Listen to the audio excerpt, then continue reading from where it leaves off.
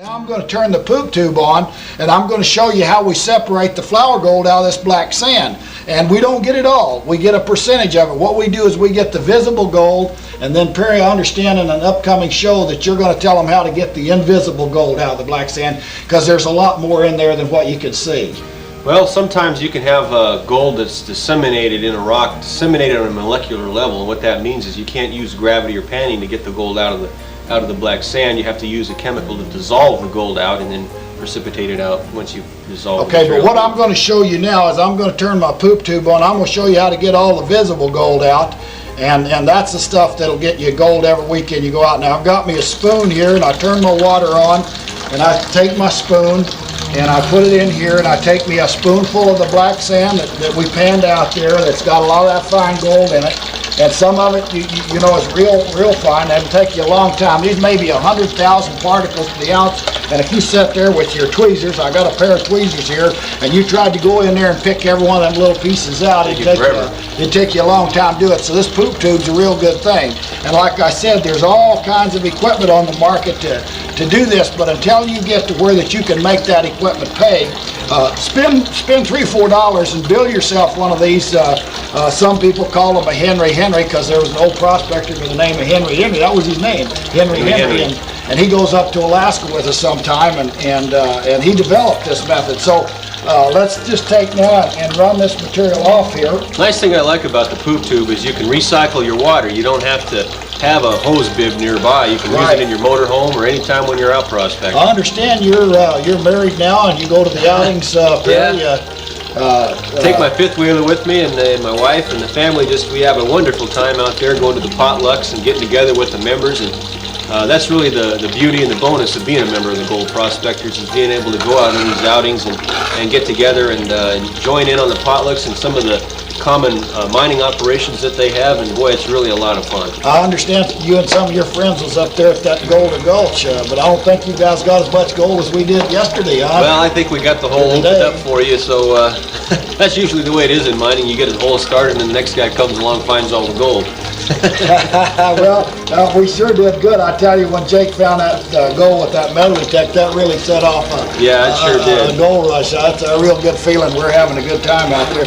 You know, running this black sand, it kind of reminds me of what we do around the cabin, because see, what the old miners do is that they go out and they'll develop those concentrates, and then they come back into the cabin at night, and they'll sit around and pan their concentrates, and they'll run their poop tube and stuff like that, and develop their gold. And it puts me in mind, there was a couple old miners sitting around their cabin one time, Perry, and I'll just tell you this little story. And the one old guy, he says, I can't see anymore. He said, my eyesight just about shot. He said, I couldn't tell if that was a grizzly bear or a dog coming down the trail. The other old miner, he said, my eyesight's okay, but he says I can't hear anything. He said, boy, I'm getting some nice gold in here.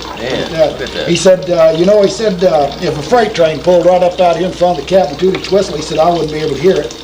And the other old miner, he said, fellas, he says, I can hear and see okay, so I can't remember anything. And they said, now wait a minute, Jack. He said, if you can't remember anything, how in the heck do you know that you're losing your memory? And he said, the other day, he said, I was down at the Board of Trade saloon, and he said there was this young girl sitting there next to me, and she turned around on the stool and she said, old timer, you've had it. And he said, I don't remember getting anything. Oh, so I tell you, we have a lot of fun just sitting around working our concentrates. I know a lot of the guys' wives do this for them, but I haven't been able to train mine to do that. I'm going to have to shut this off and recirculate my water here. Boy, look at the gold in there, it's looking really good. You see, this is the kind of gold, if I can get, it takes a while for it to really dawn on you. How long were you prospecting, Perry, before you quit looking for nuggets and started looking for this kind of gold? Well, it takes several years before you realize the real potential of the fine gold, because the nuggets, of course, that's what gets you hooked on prospecting. The first one you find, and you're hooked forever. But yeah, for sure. But boy, I'll tell you, this fine gold makes you stuff all the time. Let's dump some more material in your pan there, and dump some more water, because I'm going to catch up with you here, and we want to run some of that down. So I'll just dump some of this stuff in there, and you can go ahead and we'll just go ahead and pan that out. Let me get my water recirculated here. Put my water right back up here. I don't need a pump or electricity or anything. You can throw these buckets in your pickup truck, and you can haul them right out there to the desert with you. The guys even use this on the beach at Nome, Alaska in the summertime. Right. We're going to be, our show's going to be originating from Cripple River out there in Nome, Alaska this summer. You're going to be there. You're our mining engineer.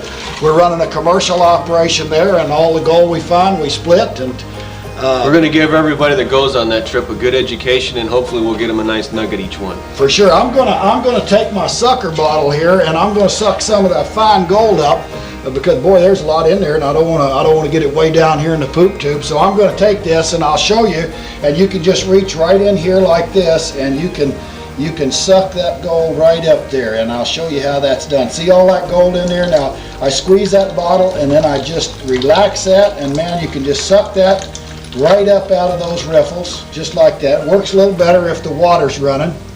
So let me show you that again, because that's really important. I'll put a little water in my bottle here, and I'll just show you how that we do that. We squeeze the bottle, squeeze it down. Where John shows that, hold the squeeze. Now we know the gold's in there, see, and we can just trickle the water down a little bit, so we got enough water. You'll hold the squeeze, and then you just go right in there and zip, just like magic. And then you got it in your bottle, just like magic. Sucks right up. Now, if you go ahead and pan some of that out, Perry, maybe we'll get some more nuggets there. And boy, I'll tell you, finding them nuggets is a lot of fun. Well, it sure is exciting. Boy, we're getting quite a bit more gold in here. I'm going to take that sucker bottle and suck some more of that up, and we'll just run this down, and we'll see how much gold. I know one thing. I know those guys are going to be real happy about this split. I am. Yeah, I'm ready to get my stuff and go back out there. I tell you, that's a good hole. That's a good hole. That's a real good hole out there.